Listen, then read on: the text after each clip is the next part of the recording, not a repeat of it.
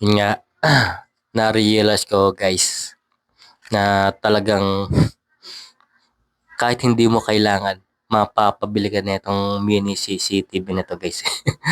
Kasi kaya ako naging kailangan 'tong mini CCTV ito kasi nadali ako ng mga magnanakaw guys.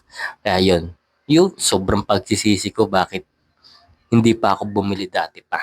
Yun yung ang masaklap sa atin guys eh.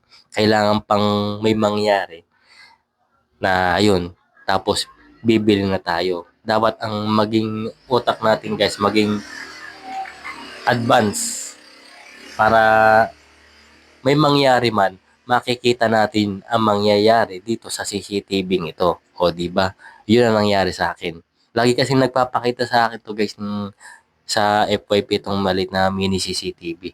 Eh, hindi ko naman alam na matitira ako ng mga magnanakaw. Kaya yun, laking sisisi ko talaga guys na bakit hindi ko kagad binili ito. Kaya kung kayo guys na hindi pa kayo ayun, nananakan eh, wag naman sana, di ba? Eh, i-ready nyo na, i-advance nyo na rin kagad yung utak nyo para hindi kayo magsisi sa uli. O, di ba? Ayun, nasa gilid lang ang yellow basket guys. Bumili na kayo nito.